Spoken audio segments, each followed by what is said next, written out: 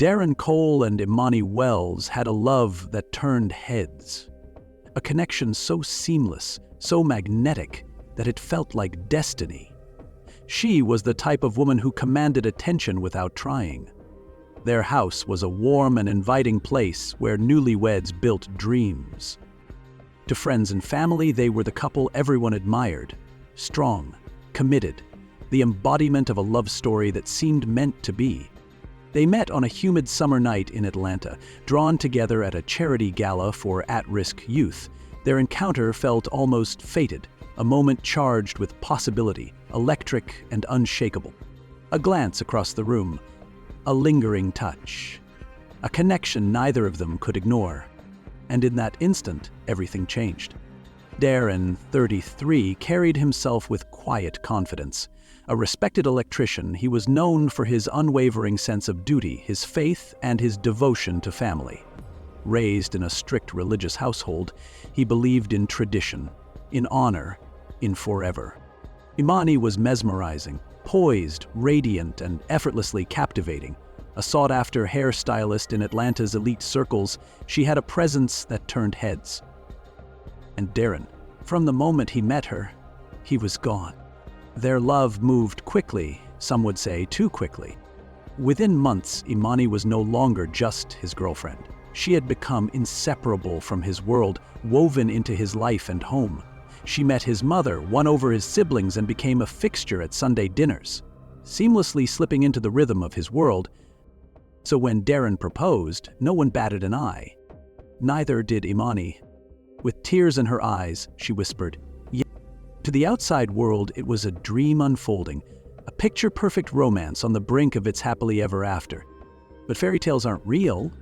Beneath the picture-perfect smiles, behind the elegant engagement photos and whispered promises of forever, something else lurked. Something unseen. Something waiting. It was their wedding day, after all. The honeymoon was a dream. 2 weeks in the Caribbean, a lavish escape where reality dissolved into paradise. Darren had spared no expense. Crystal clear waters, candle-lit dinners, slow dances beneath a sky full of stars. But even in paradise, something was wrong. At first, it was barely noticeable. A hesitation in her laughter, a flicker of something unreadable in her eyes.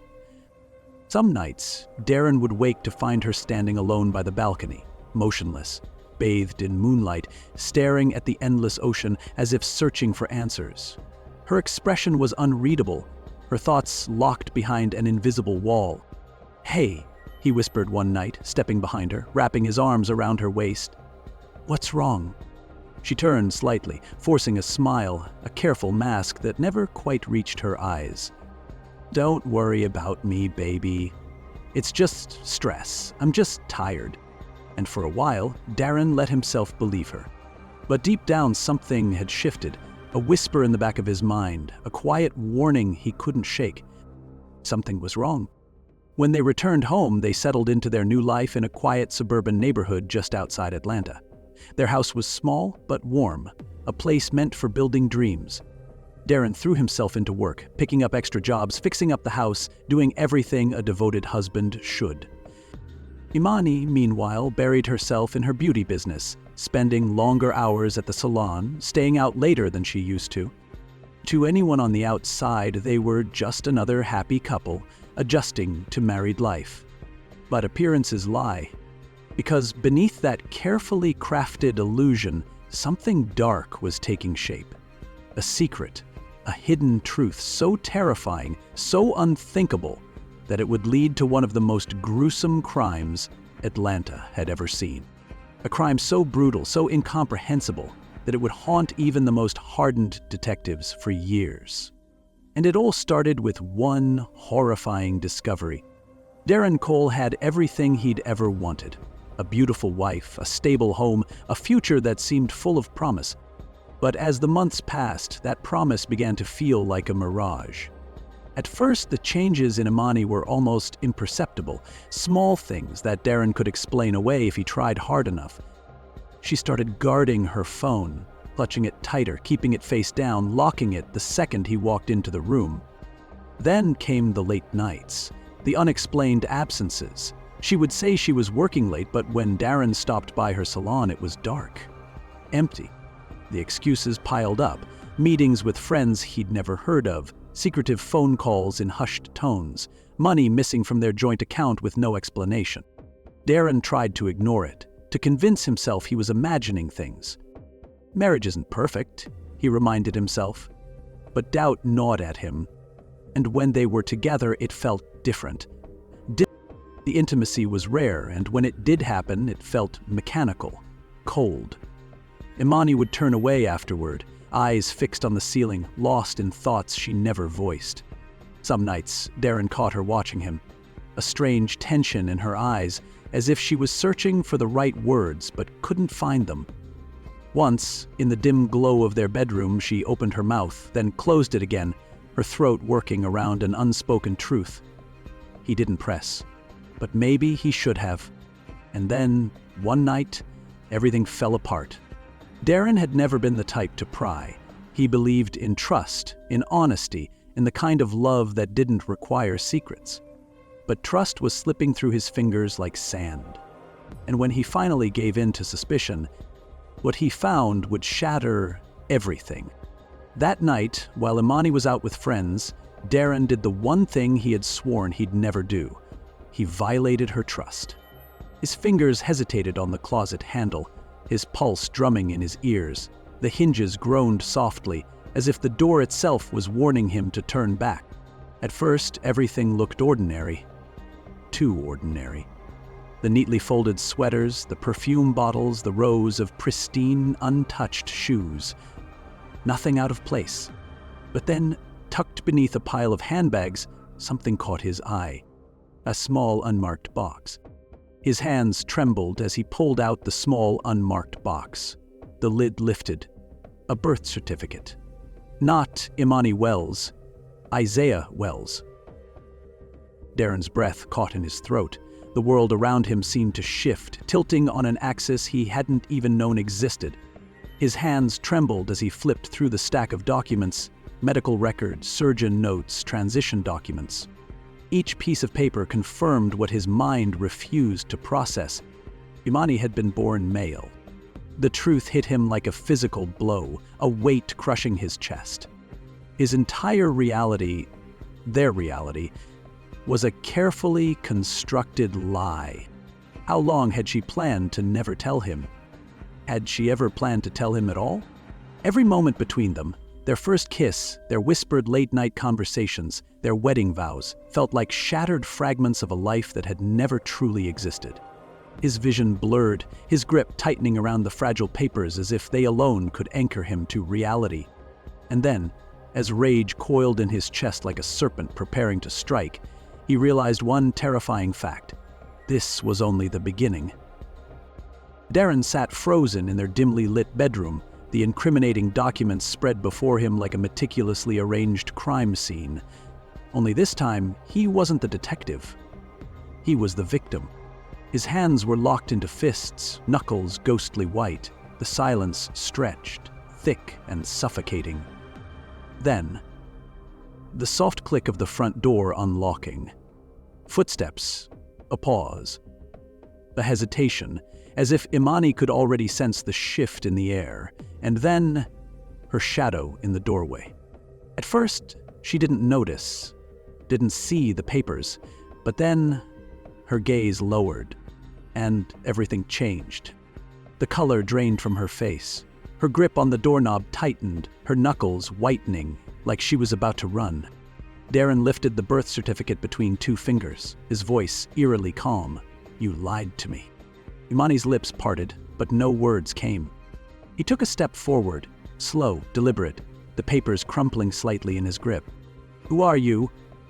His voice was ice, then colder. "No." "What are you?" A sharp inhale. Imani's eyes glistened, her carefully held mask cracking at the edges.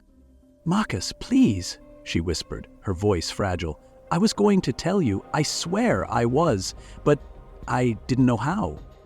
Darren's head snapped toward her, his expression twisting into something she no longer recognized, something dark, something dangerous. Didn't know how. His laugh was empty, devoid of warmth. Didn't know how to tell your own husband the truth about who you really are? Imani took a tentative step forward, her hands trembling. I love you. This doesn't change who I am. It doesn't change us. But Darren recoiled as if her words burned. His knuckles whitened, veins bulging beneath his skin. Doesn't change who you are. His voice dropped lower, quieter, more dangerous. You tricked me into marrying you. You let me believe. His breath hitched. And then the last fragile thread of restraint snapped. Darren let out a slow, unsteady breath, his head tilting slightly. His voice was barely above a whisper. Do you even understand what you've done? His voice sharpened, the weight of betrayal pressing against his chest like a vice. His thoughts spiraled, a storm raging beneath the surface. The dam inside him didn't just crack, it burst, unleashing something uncontrollable. A surge of emotion overtook him, grief, disbelief, rage, all twisting into something unrecognizable. His breath came in ragged gasps, his vision blurred, his pulse hammered. And then his eyes landed on it. A hammer, cold, heavy. Waiting, his fingers curled around the handle, gripping so tightly his nails dug into his palm, the bite of pain grounding him in the moment. This wasn't impulse, this was inevitability. His fate was sealed the second he stepped back inside. Imani stood frozen, her wide, terrified eyes locked onto the hammer in his grasp. Darren, no, please. But Darren wasn't listening anymore. He swung. The impact sent Imani stumbling backward, a desperate cry tearing from her throat. The room filled with the sickening sound of destruction, furniture rattling, footsteps scrambling, breath hitching between gasps of pain. She tried to shield herself, to reach for something, anything. But the attack was relentless. One, twice, again, until finally silence remained. The echoes of that night would haunt the walls forever. The walls, once filled with love, whispered secrets, and quiet laughter, were now painted in blood. The echoes of her screams faded, and then only silence. A silence so absolute, so final, it swallowed the world whole. Detectives would later describe it as one of the most gruesome crime scenes they had ever witnessed. Drowned out by his uncontrollable rage. But Darren wasn't finished. His chest rose and fell with ragged breaths, eyes wild, hands shaking. A slow, bitter laugh bubbled up from his throat. You thought you could fool me. His voice was barely above a whisper. You thought this was gonna last. The venom in his words sliced through the silence like a knife. His anger wasn't just rage anymore. It was something deeper, something darker, and it had completely consumed him. The room was eerily still, the weight of what had happened pressing against the walls. The air was thick, suffocating. Darren stood there, his breath uneven, his grip still tight around the hammer. The reality of his actions settled in, a chilling quiet after the storm. Detectives would later describe the scene as one of the most disturbing they had ever encountered. But Darren wasn't finished. As news broke, headlines exploded. The story spread like wildfire, igniting debates across the country. Because this wasn't just another crime. It was something bigger. The murder of Imani Wells wasn't just tragic. It was controversial. And soon it became a spectacle the world wouldn't forget. It became a spectacle. No debate, no argument, no justification could bring Imani Wells back. A secret, kept out of fear, had ended in a tragedy so brutal it would be remembered for years. When officers arrived at the house, they found Darren standing over Imani's lifeless body, the hammer still in his hand, the room soaked in blood. He didn't resist, didn't fight, he didn't say a word. As they dragged him from the crime scene, the weight of the moment pressed down on everyone. Neighbors stood in the humid night air, their faces frozen in shock as red and blue lights bathed the quiet suburban street. Whispers spread like smoke. And Darren? He was still covered in Imani's blood. But the most haunting part wasn't the crimson stains on his skin. It was his eyes, cold, empty, detached. The crime scene was sealed. Yellow tape stretched across the front yard like a silent warning, but outside, the world was already watching. News of the murder spread like wildfire, and soon, Darren wasn't just another suspect, he was a headline. The real storm, the one that would divide the public, was about to unfold in the courtroom. As news of the murder spread, the media descended, turning tragedy into spectacle. Darren wasn't just a man in handcuffs anymore, he was a headline. At the station, they placed him in a stark interrogation room, the fluorescent lights humming overhead. His once white jumpsuit was stained, the evidence of his crime clinging to him like a ghost. For hours, detectives pushed him. One leaned in, his voice calm but unwavering. "Tell us what happened, Darren."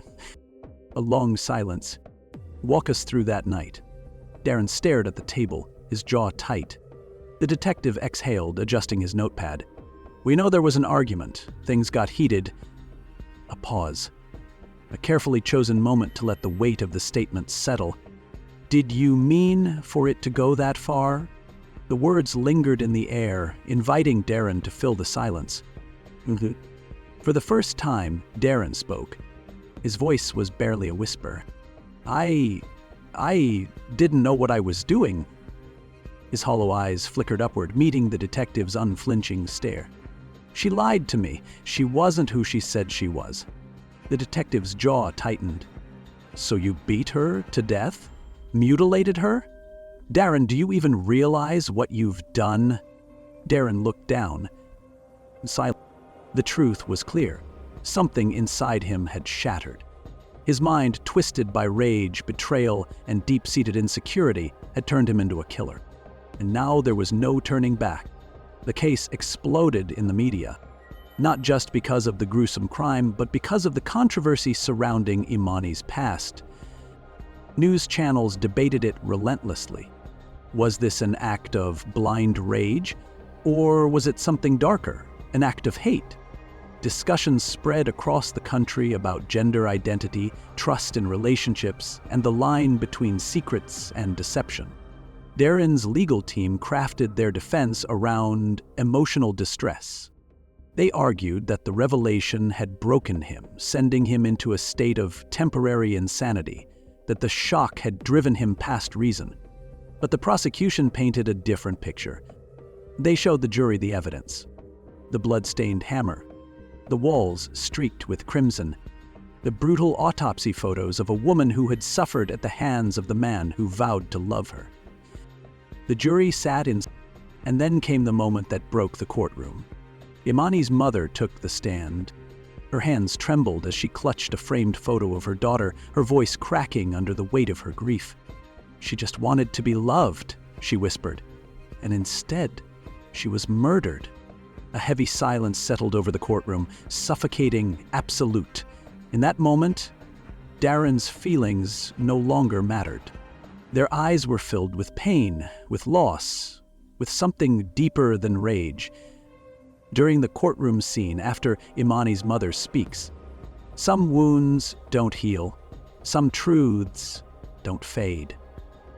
A call to action against violence toward trans women. And though nothing could bring her back, she became more than just a victim.